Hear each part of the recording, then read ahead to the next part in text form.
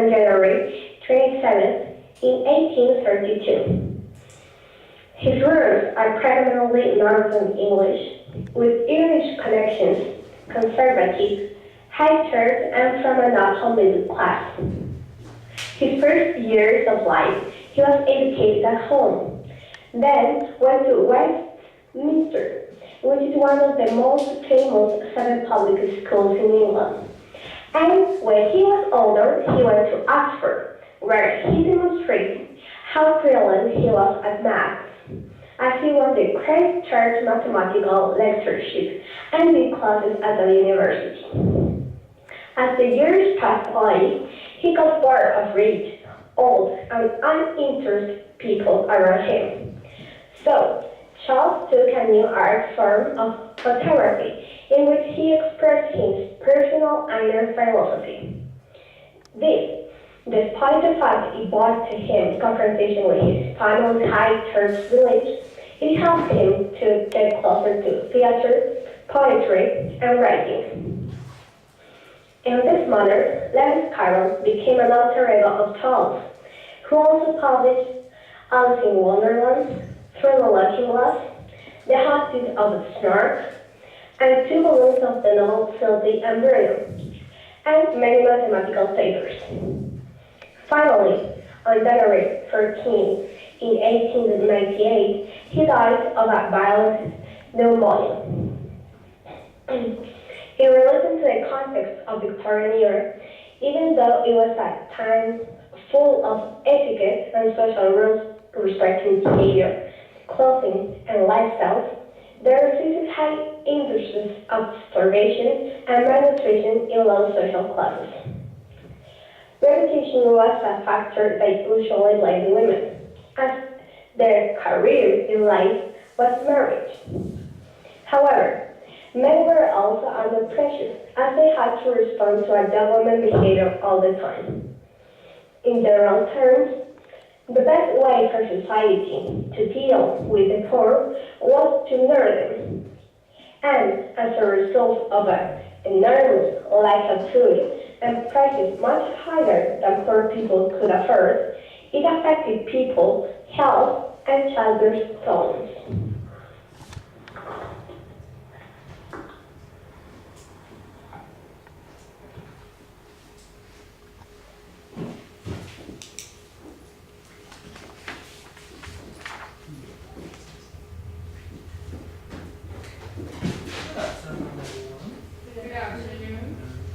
Now, I'm going to start with a summary of Alice in Wonderland. Alice sits on a riverbank on a warm summer day.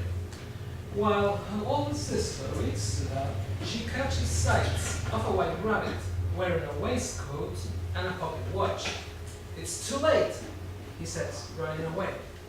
Alice tries to catch it, but ends up falling in the rabbit hole. Thinking that she will never return, she cries. After finding and drinking a potion, she grows in height and finds the door, but the key is missing. Eating a pie of cake makes her shrink, and the tears she shed became an ocean. After arriving to the shore, she finds animals running the caucus race, a circular race in order to get dry. After leaving the scene, she finds the white rabbit again. Mistaking her for the maid, Marianne orders her to bring him gloves and a fan. A small discussion is said among them, and after this, Alice leads to a forest in which she finds a caterpillar smoking from a water pipe. The caterpillar advises her to eat a portion of a mushroom, which will make her grow normal again. Walking, Alice finds the Duchess' house, in which a frogman invites the Duchess to play croquet with the Queen of Hearts. This is also the first time in which she sees the Cheshire Cat.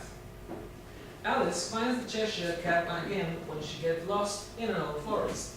The Cheshire Cat advises her to go to the March Hare house, in which they are celebrating tea party. The Mad Hatter and the March Hare make personal remarks to Alice, along with asking the famous riddle, "Why is a raven like a writing desk?" No one can find the answer, and she is offended. Alice then finds a beautiful garden with white roses. The Queen of Hearts soldiers, which are playing cards. They are painting the roses red, because if the Queen finds out that the roses are actually white, she will cut their heads. The Queen arrives, and after asking Alice who she is, they play croquet. The balls are hedgehogs, and the sticks are flamingos, so Alice is unable to play correctly. After this, the Cheshire Cat appears once again and exposes the Queen of Hearts to public embarrassment, which she becomes infuriated and mistakes Alice to be the guilty. Then a trial is conducted in which Alice is seen as the guilty person. Alice then eats 2 portions of the mushroom and becomes huge, but then became smaller. Then she tries to run away from all of this, and then she finds the last door. She starts to scream, "Wake up!" for as she sees herself sleeping in the riverbank. And after this, she wakes up realizing that everything was only a dream.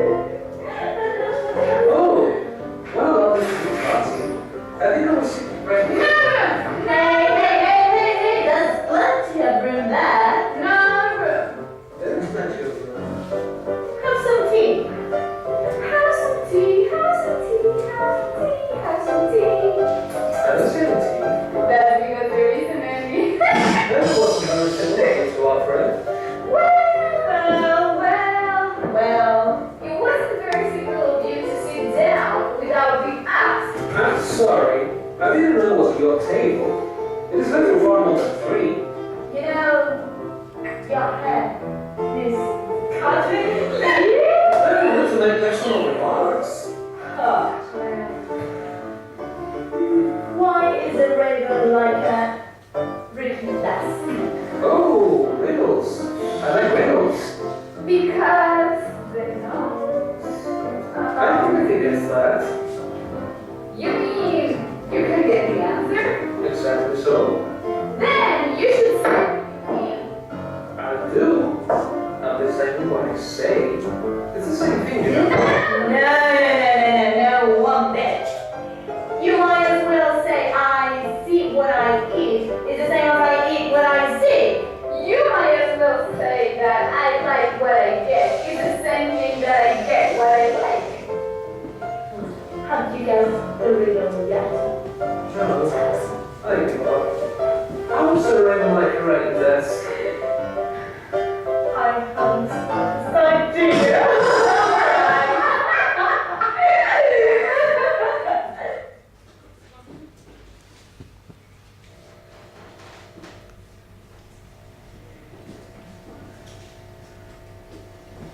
Lewis Carroll, Alice in Wonderland book can be classified as nonsense literature. Nonsense literature uses practical and impractical literary devices to convey meaning or to defy logic. So, the irony in his book is that even though it might be classified as nonsense, you can get a lot from this. It has some hidden meaning. Lewis Carroll uses accurately parody inside of his book. He tried to convey British society at the time and the Victorian era inside of his book and tried to make fun of it. Like, for example, the video that we just saw, it's a parody from the tea parties that the British people used to have at the time. It was absolutely arbitrary, and no one actually knew why they were doing it. But you had to do it because you were British, and it was important.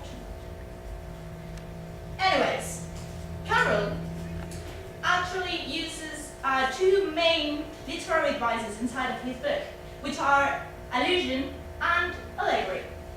Allusion can be defined as a way in which the author makes reference to something that is not actually present, and it makes it in an indirect way. Like, for example, the character of Alice is actually based on a real girl that lived in the Victorian era. Her name was Alice Lindell. I'm sorry, allusion and allegory. Yes. Allegory can be described as those written tasks that has some other meaning, like some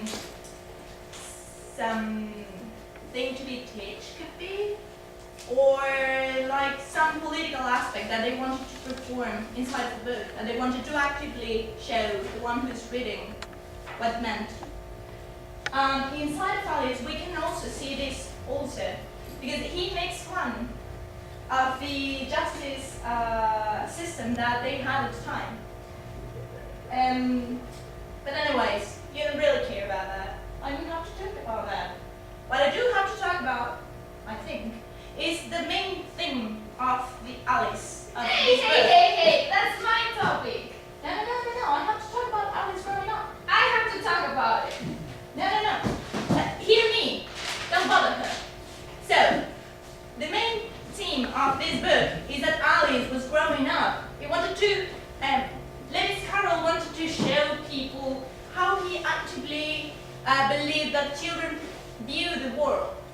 You are crazy little rules that we made, like the Tea Party, or how the political system worked.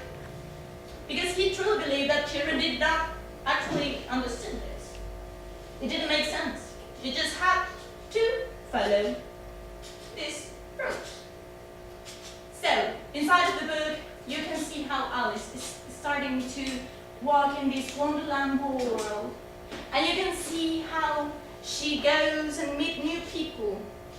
And how Carroll said to Alice Lindell, because it was written for her, that she had to be careful. Because people had hidden opinions, and they had hidden things that they wanted to do there. Like, for example, that stupid rabbit, or the Queen, or Jessica, or almost anyone in the book, besides me, of course. I just wanted to help. Heather, are you finished? Yes. Thank you. Okay. Now I am going to have fun with you, alright? Because I am fun. Let's analyze this fun book, alright? But seriously, on a serious note. The analysis of this book, we found some themes, really important themes that are throughout repeated and are really important, taking into consideration the literary period to which the book belongs to. First of all, let's talk about the British judicial system and the imperialism. Alice turns out to portray this ethnocentrism of British people. How? For example, when she walks into this Wonderland world, she believes herself entitled to impose her beliefs and her manners to the creatures in Wonderland, as she considers herself to be superior to the creatures, in the same way that the British colonizers did with the lands that they invaded. Now, the overly strict but always corrupt British judicial system from the 19th century is portrayed through the figure of the Queen. I think you are all familiar with the Queen of Hearts. There is this really famous scene where she is really suspicious about some people, so she loses without evidence. She just sentences everybody over their heads, up with their heads. Do you know that, right?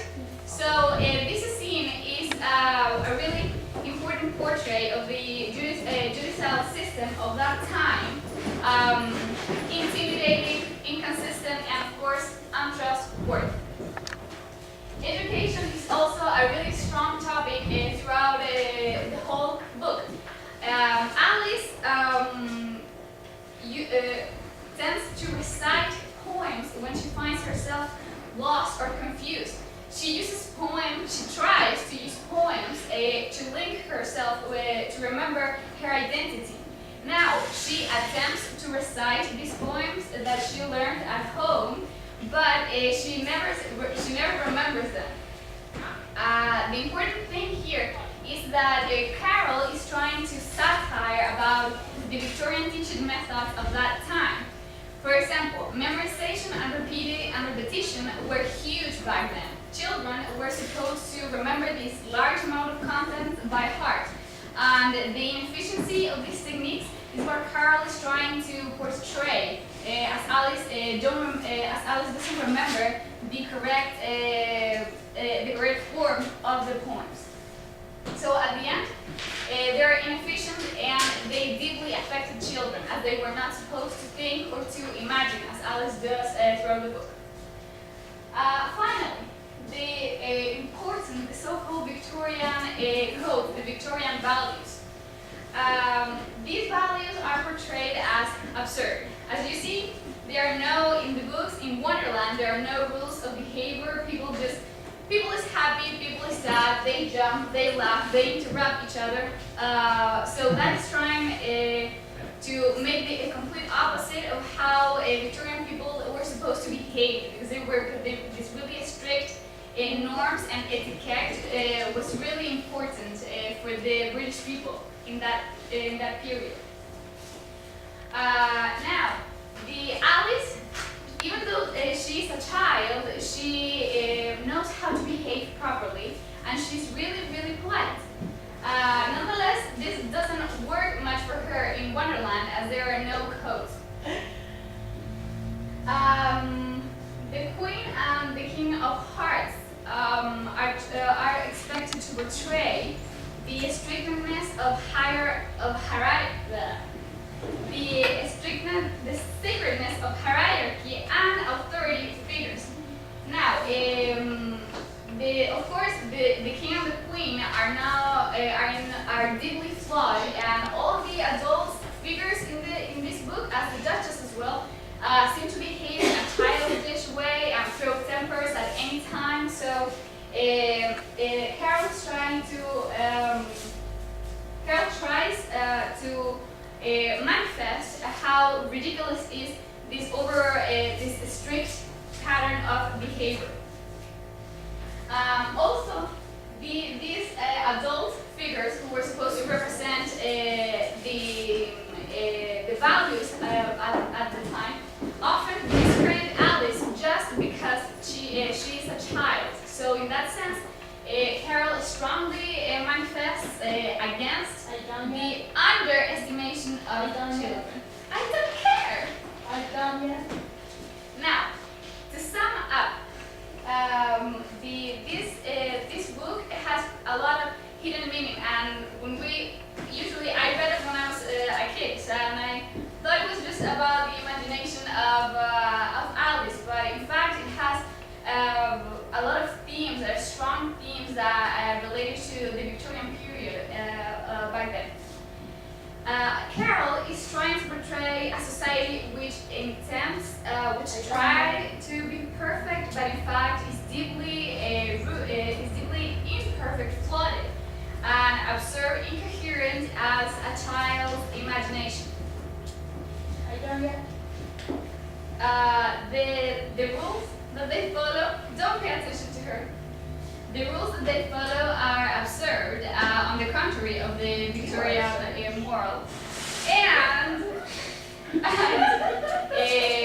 to finish up, if we consider the time where Carol wrote Alice in Wonderland, this ideology and philosophical movements were just starting to flourish.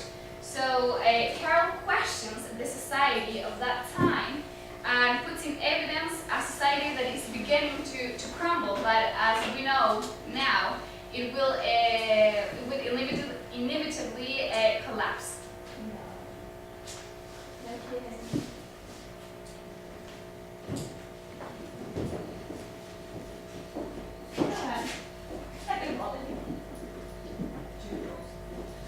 As you may have seen during this whole process, the mad hatters and the unmatched hair have been playing tricks on the view.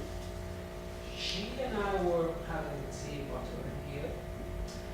That's because, as you may know, those who have read the book, the whole book and the movie from 1951, it's about nonsense. Alice, in this caption, says, "If I had a world of my own, everything would be nonsense." This means that, well, that could explain why we have been pulling these tricks on you, why they Putting were our tricks in ourselves. what you say now? Putting tricks in ourselves. In ourselves, yes. Yeah. And others as well. And that leads to the end of this presentation. Maybe it's important to say that the voice that you were hearing at the beginning was Veronica's voice. She sadly cannot be here with us today, but she still wanted to be here in her ghostly way. So there is her. Yeah.